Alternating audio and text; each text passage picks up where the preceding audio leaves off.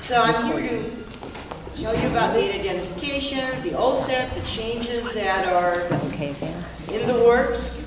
Hopefully answer your questions. Probably not, because the gate office doesn't even have all the answers.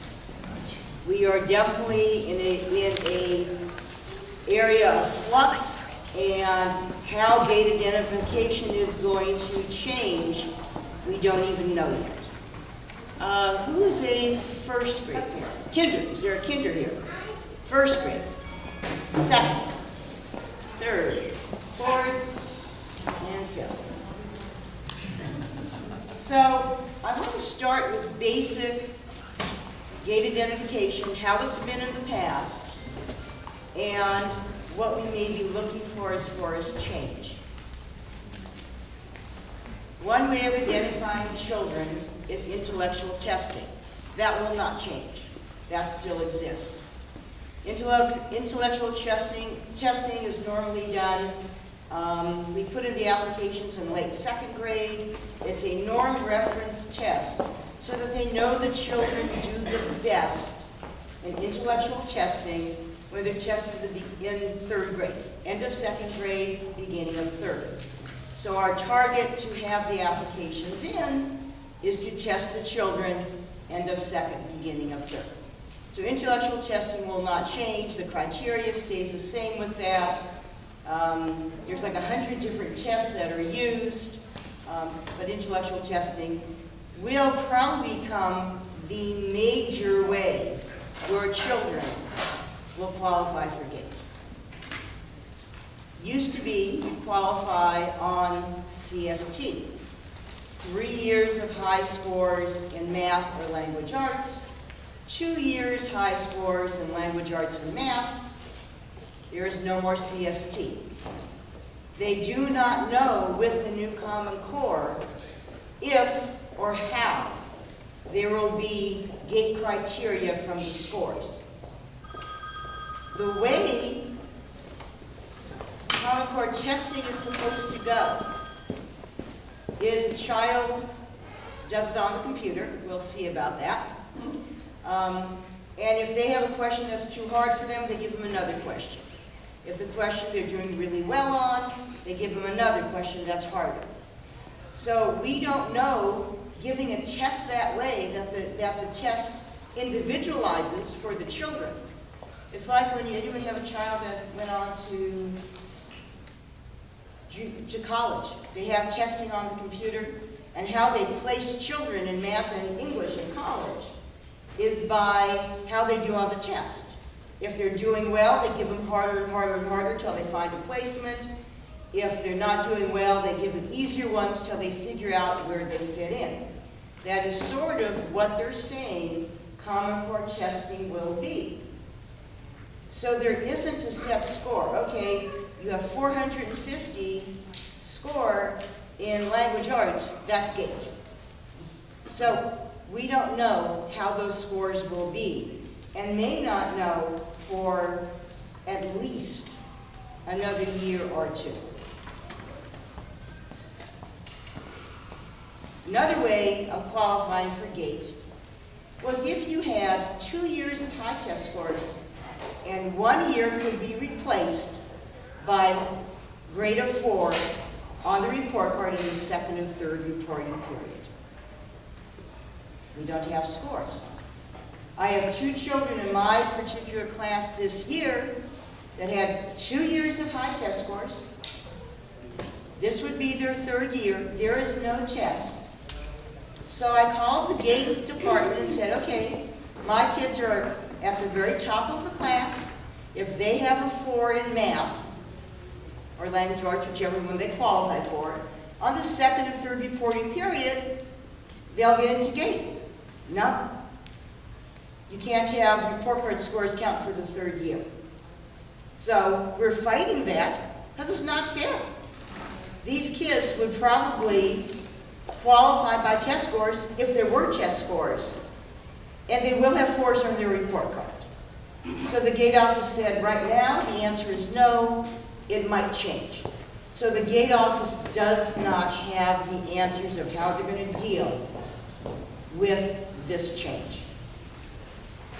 the OLSAT, which I'll talk to you about and tell you more about it, but I just printed out this, last night, my 28-page new memorandum of the OLSAT. And what does it say in the packet? A child that has 94% in high scores on the CST will qualify for GATE. Why is it in the packet? There is no CST. They haven't even changed the packet. I wasted my ink on 28 pages. They don't know. Another way of qualifying for GATE is by taking the OLSAT, which is only given in 2nd grade, and I'll get more to that.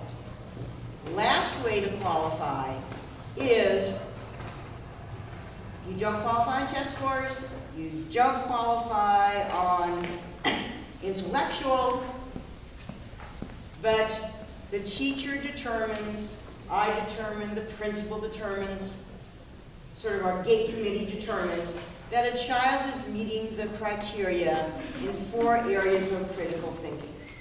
This means that their thinking skills are way above their grade level, that they make connections above and beyond, verbally, mathematically, language arts, that they have thinking skills that demonstrate that they are working on a very high level, and we qualify students on 4 areas of critical thinking. This is particularly important for 5th graders, and we have a number this year that didn't qualify on their test scores, didn't qualify intellectually, and we have a number of students that were qualifying on the 4 areas of critical thinking so that they could go on to a gifted mag. As far as I know, that criteria will not change. And again, we don't know. We normally don't start intellectual testing until, again, 3rd grade. We don't put in applications for kindergarten, rarely. A kindergartner would have to be reading a minimum of 2 years above kindergarten. We get a lot of really precocious kindergartners that are really oral, but the criteria for testing for GATE in kindergarten is a child that academically in kindergarten is like 2 years above. I think in all the years we've done this, we've tested 1 kindergarten. Yes? When you say intellectual testing, is that an IQ test? What? When you say intellectual testing, is that an IQ test? Yes, intellectual testing is IQ test. And that's 3rd grade. What? And that's in 3rd grade. Yeah, late 2nd, 3rd. We have some applications in for 4th graders that somehow didn't get noticed that we feel should have the opportunity. And we've even had some 5th graders that weren't tested. We put in the applications for them. We don't want to miss anyone. How about 1st grade? 1st graders? Yes. How about 1st graders? Rarely in 1st grade. We've done it occasionally, but you can only test intellectual once. You cannot get retested. I had one child retested because there was a visual problem that wasn't recognized. So if there is a particular issue that was overlooked for intellectual testing, possibly, but I had a child I was sure should have been retested, a child that had other issues, brilliant child, tested too early because of other issues, an autistic child, tested too early, didn't qualify. I tried my best to get the child retested, was absolutely gifted, and the district would not do it. So we're really careful of when we're testing children intellectual because it is a one-shot deal. Yes? Doesn't this thing have to be done by an LAUSD? I'm sorry, what? Doesn't this thing have to be done by an LAUSD? Yes. It has to. Yes. It's not going out by anybody else. No. If you want your child considered gifted in LAUSD, it has to be tested by an LAUSD psychologist. No outside testing is acceptable. Yes. And who determines whether the child should be tested, and is there any benefit to waiting till the end of third grade, or? The teachers really are very good about picking out students. We have a very high rate of students that qualify for gifted. We're above the district percentile. But a parent can request.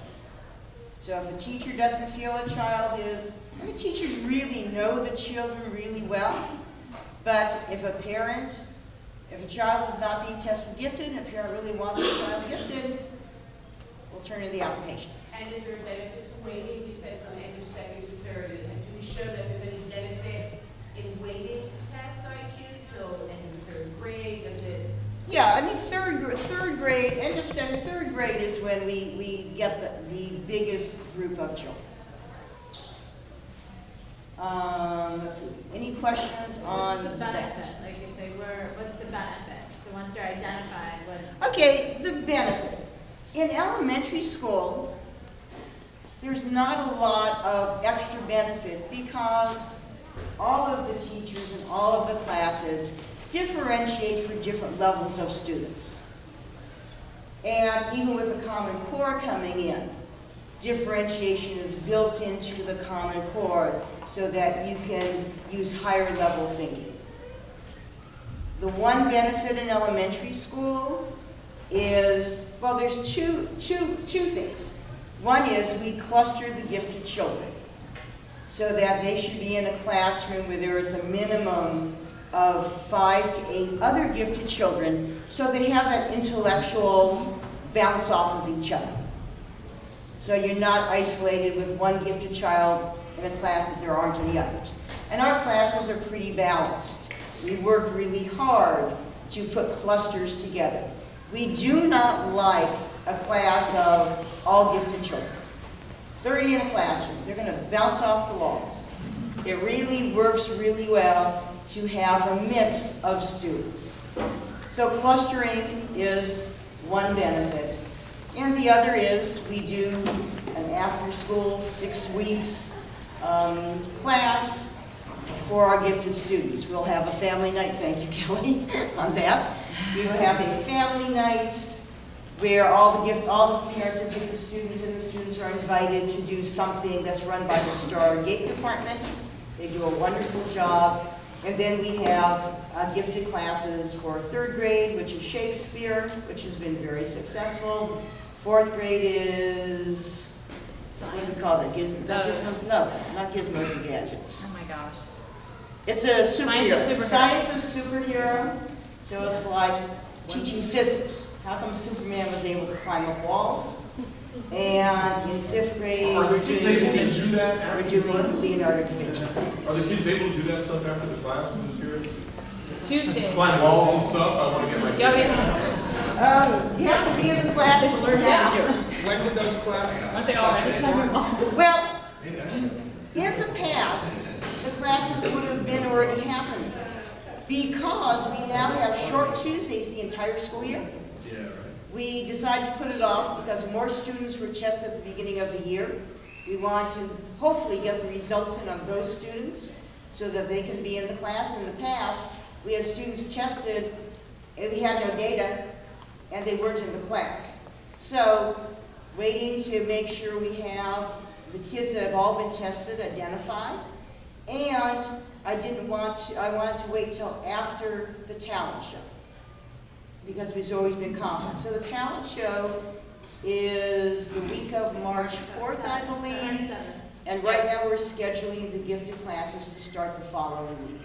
So it'll be a 6-week class. Yeah, and it will be a 6-week class. So there's spring break. There's 4 classes in spring break and 2 classes or 5 classes in spring break, whatever the calendar is. Or we might even put it off a little bit later so we get family night in. I don't know. Right. We're just playing with the dates. And Kelly Reynolds is the gate parent rep, so when you get emails and things to notify your stuff, it's all by Kelly. Are the 3, 3rd, 4th, and 5th, if they're in the gate class, do they all go to class together, or does 3rd grade go to the? 3rd grade is all Shakespeare. And then 4th grade yeah. is a different class, and Right. 5th is a different class. Yes. Mr. Kearney said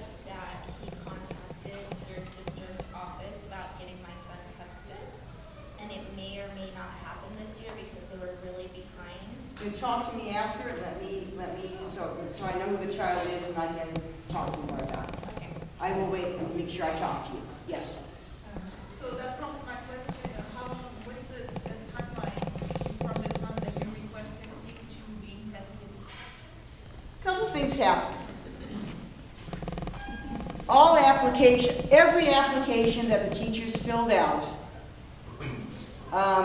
except for 3 students because they were given to me late, have all been sent into the district. So now I have no control. It's a lot of paperwork, and they're cutting down the paperwork. There's a lot of paperwork the teachers have to fill out, the parents have to sign, I have to run the cubes, and I have to fill out forms, and I have a full-time job. So sometimes things are bogged down because I can only get to it when I get to it.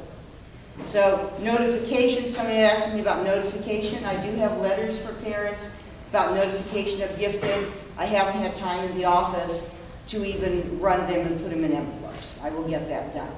Sometimes children are identified gifted and they don't let me know. I'm in the process now of running a new list off the computer, and that's how I find out that some kids have been identified, because they may not even notify me in a letter.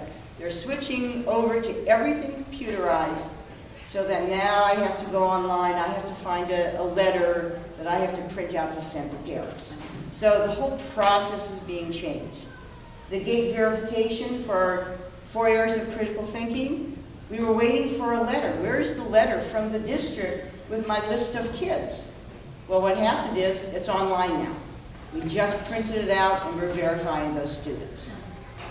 So there's a lot of changes. When did the things go out, or did the information, the application go out, only the kids that are considered gifted? Because I didn't have any Information for what? whatever the sign up for this program.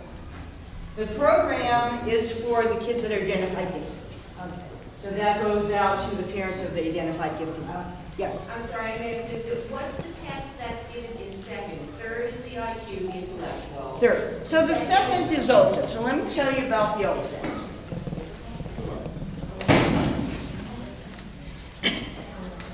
Now, the IQ testing, intelligence testing, you can't practice for it. So if you went online and said, gee, I didn't have my child practice, the test is null and void, and they may void every test and then intellectual test at the school. So we're very careful. There is not just one intellectual test. There are like 100. We are not told which one they're going to use. We do not tell you which one they're going to use. I never find out.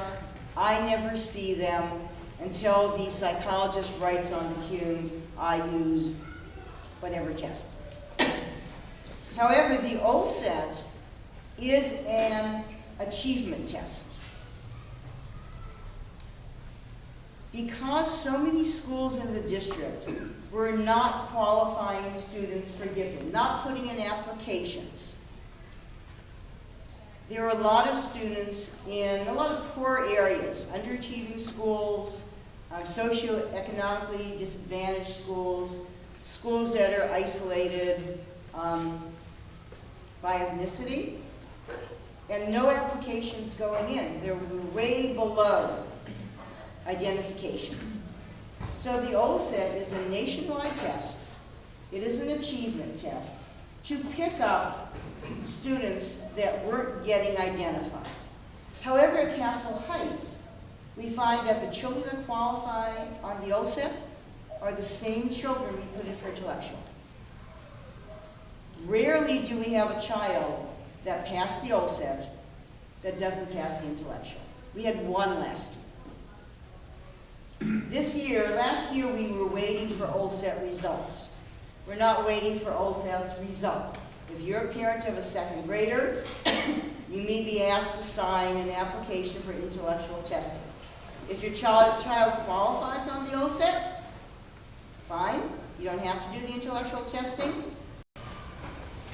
The achievement But the only way it makes a difference as far as your choice for gifted middle school, there's your advantage. If your child qualifies gifted, you can go to gifted middle school. Is if your child qualifies highly gifted. There are certain classes at some middle schools, and there are middle schools designated as only gifted, only highly gifted. And therefore, you have to qualify intellectually for that program. Otherwise, if you qualify on test scores or OLSAT, gifted is gifted, it doesn't make any difference. When is OLSAT given? The OLSAT this year will be March 5th and 6th. And whose choice is it to test for that, teacher or parents? What? Whose choice is it to have them tested, teacher, parent, or both? The process for the OLSAT or for an intellectual? OLSAT. The OLSAT, and you'll be getting a letter, we were going to print it this week, Mr. Kearney has to sign it. So secondary parents, you'll be getting a letter that will tell you about the OLSAT parent meetings that are coming up. And you can decide to say, I don't want my child tested. Otherwise, every second grader is tested. Okay. If a child was retained in second grade and took the test last year, that child will not be retested. Other than that, every second grader is tested. Is GATE the same as SAS? What? I was reading, there was some other program that was in your literature on prospective parent. Is GATE the same as SAS? The difference between GATE and SAS is pretty much the same. SAS is a designation that our school has. We are a school for advanced studies, which is equivalent to being a gifted magnet. And because the district did not have enough gifted magnet elementary schools, then schools that have higher level classes and differentiation and were designated, we put in an application and got the designation as a school for advanced studies. And we have to reapply every year and keep up our certification. OLSAT is the same as intellectual testing? If the No, it is child- not. Okay, so if the child does not get a high score on OLSAT on second grade, They can be tested intellectually. Also, yes, Could you speak a little bit more about how the OLSAT is administered? yes, and what the yes. components are? And I have a website you can go on. Because the OLSAT is an achievement test, you can have your child practice all you want. The second grade teachers do practice with the children. They haven't found that it helps a whole lot. I tried taking the OLSAT, I had a hard time. But there's a really good website, TolucaWeebly.com, and it actually prints out. Spell that? It's Toluca, T-O-L-U-C-A, Weebly, W-E-E-B-L-Y.com. T-O-L. TolucaWeebly.com. T-O-L-U. Toluca, T-O-L-U-C-A, Weebly, and it actually prints out the teacher's directions, so you can kind of see what the teachers say to the children, how the test is administered, and it's a sample test. That was just one I found. I just Googled OLSAT practice test. There's also a couple of YouTube videos. They were kind of cute. They're not that comprehensive. I found the Toluca Weekly the most comprehensive. You said the test is March 3, 5, and 6, or May? March. March. So, let me just tell you, the OLSAT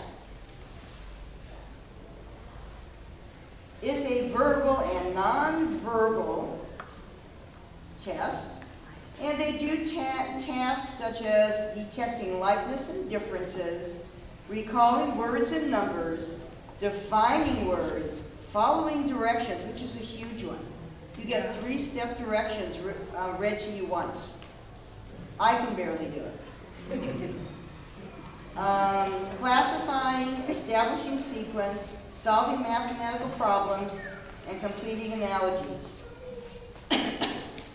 That is what's covered on the test. And when you get the test results back, because I know parents always get confused, you look at the APR, age-based percentile rank, to get your score. You have to have, yes? You have to have 95 and above to qualify on the OLSAT. If you have a student that is considered, has a poverty indicator. These are our students that qualify for free lunch. These students on their computer are given a poverty indicator, and because of the Federal Department of Civil Rights, which is auditing all of LAUSD to make sure that the underprivileged children are getting the same benefits. If a child qualifies with a poverty indicator, if they have 90 to 94, those students then qualify on the OLSAT. Qualifying as far as test scores, there are no test scores.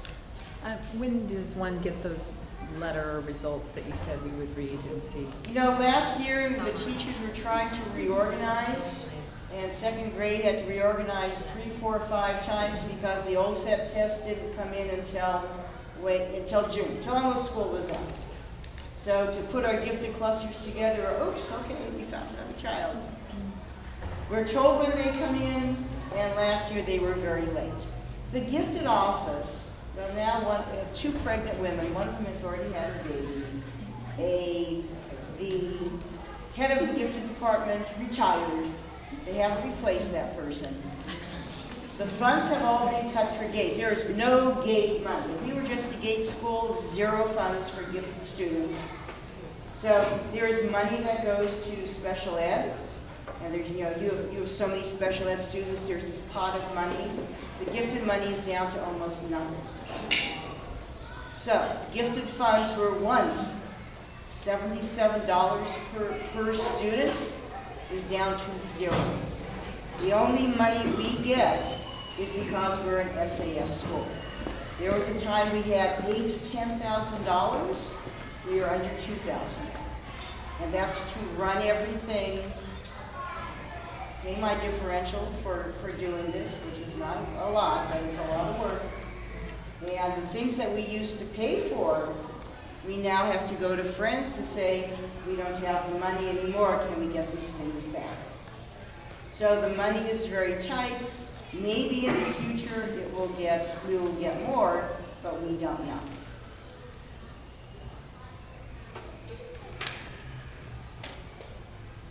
So again, we do not know how gift identification is going to change.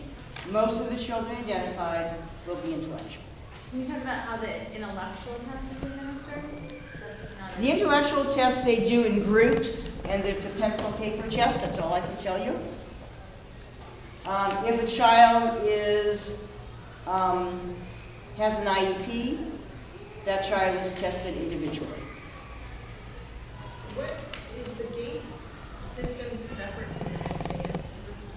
No, GATE and SAS is, for us here, is the same.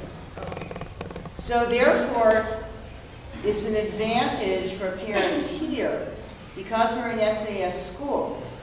Any student that's here can apply to go to an SAS middle school. And the SAS program is the honors program, or similar to their gifted program. So the whole school is SAS? The whole school is an SAS To school. be identified and then that qualifies you for the honors? Yeah, we identify students individually as intellectual, but we are an SAS school, and that is all of our classrooms and all of our teachers. We have 6 teachers that, I think we have 6 teachers that are certificated for GATE education by the University of San Diego, and we're in the process of the district doing a 5-year certification, and we have 1, 2, I think we have 8 teachers in the program now, and more would be in it, but they closed it off because there was too many of us. They didn't want everyone to be from Castle Heights.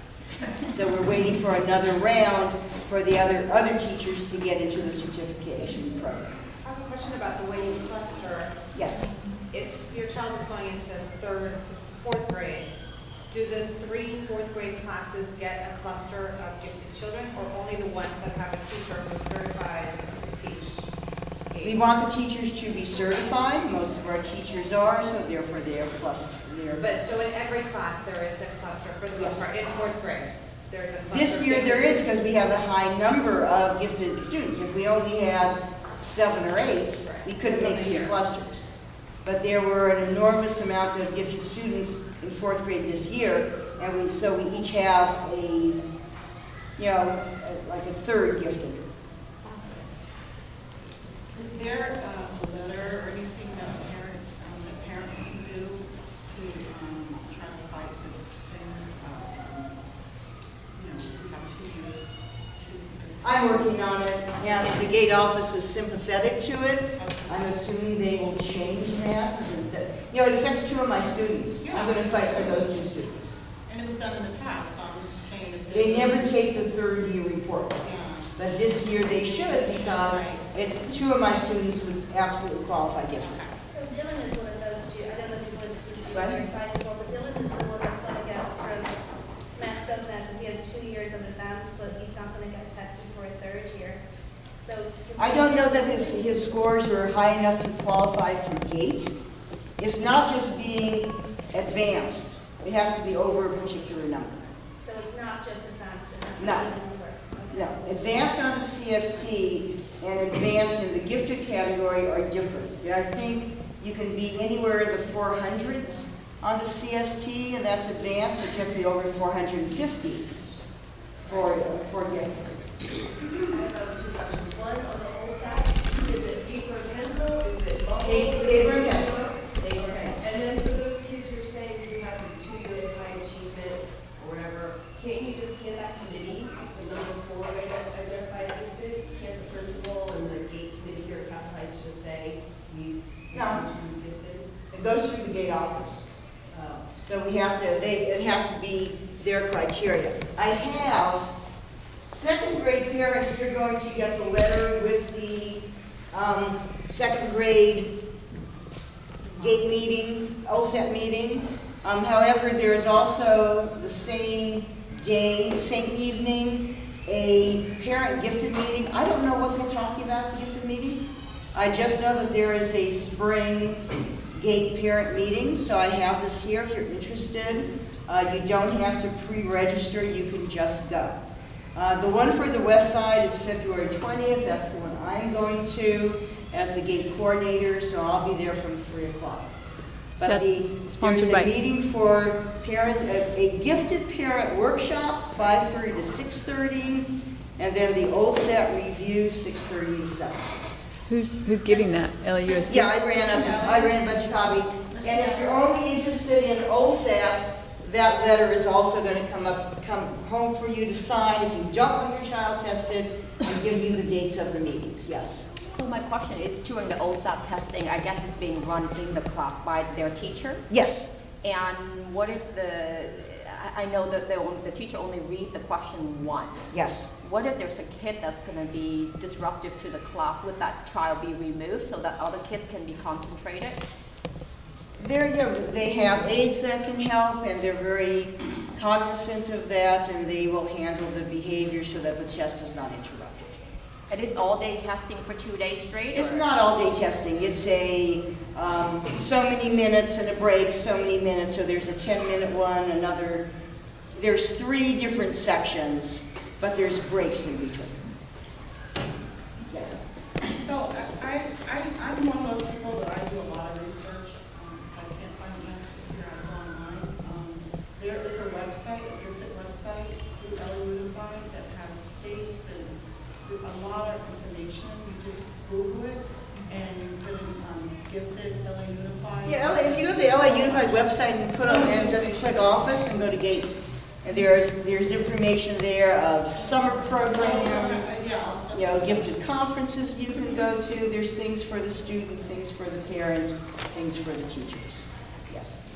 seems like a after-school class once a week for 6 weeks isn't doing very much for a gifted No, child. that's why, Are there any other things? I mean, are there? yes, it's in class every day. So they do in class? In gifted, class? and with gifted, it's how you talk to the child, how you question them, what you try and get out of them.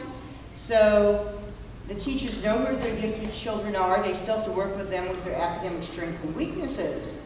But differentiation should be in the classroom every day.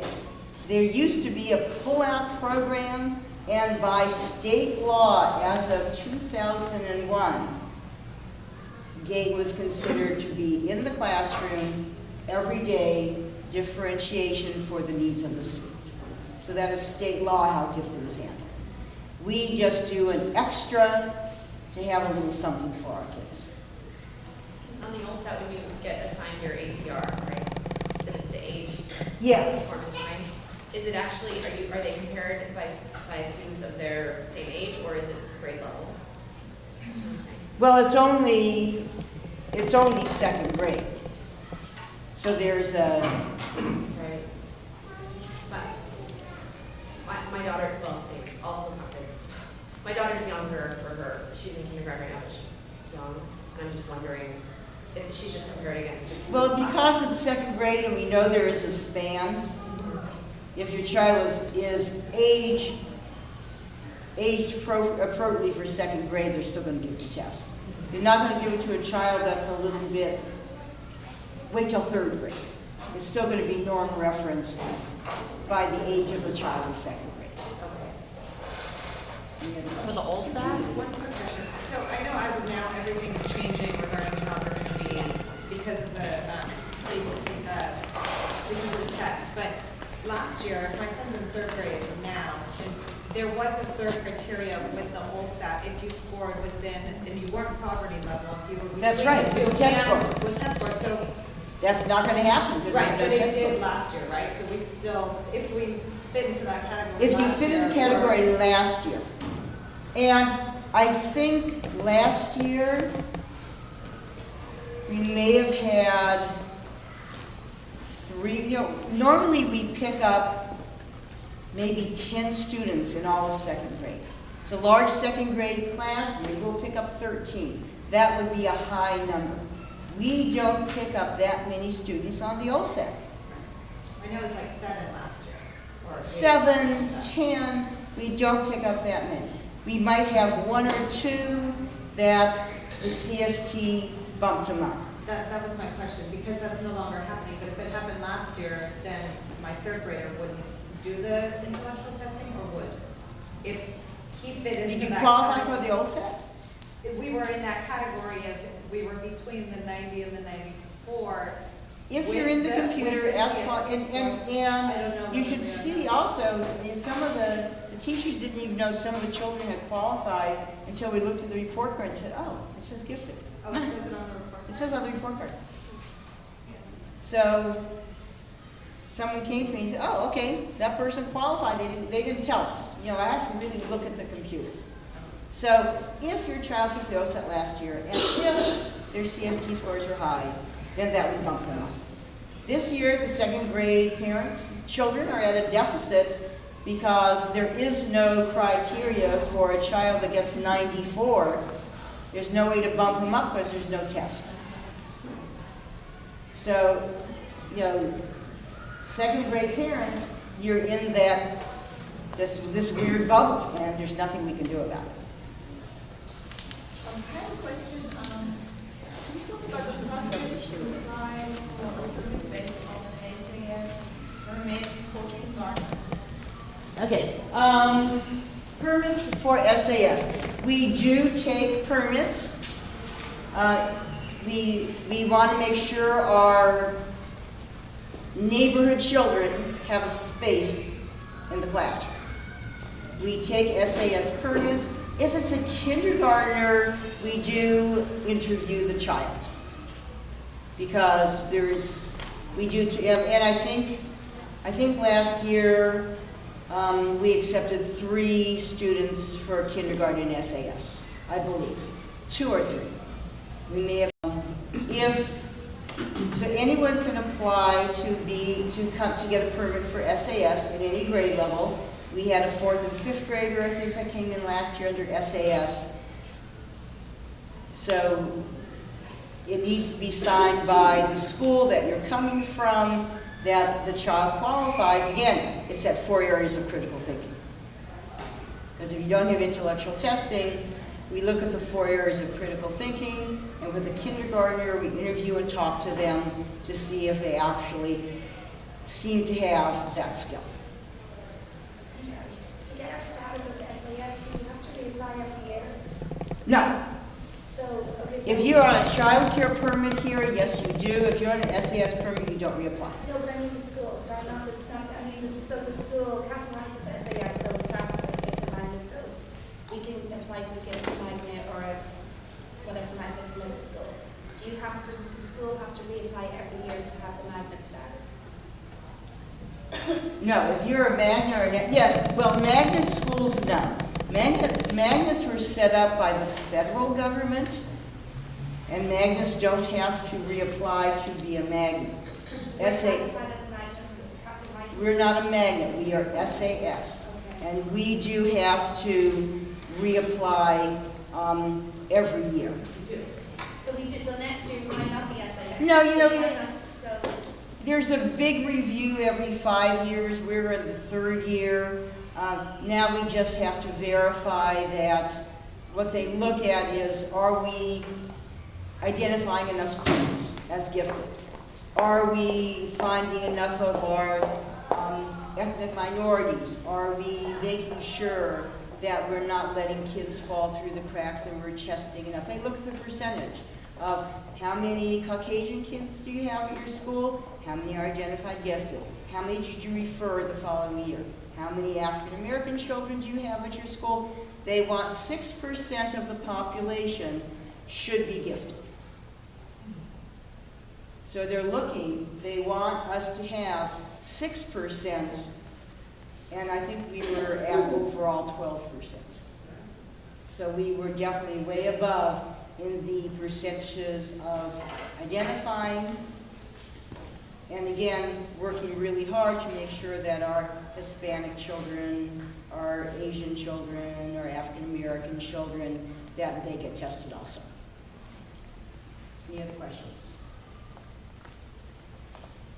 Thank you for coming. I'll stay around for a few minutes and answer any individual questions you have.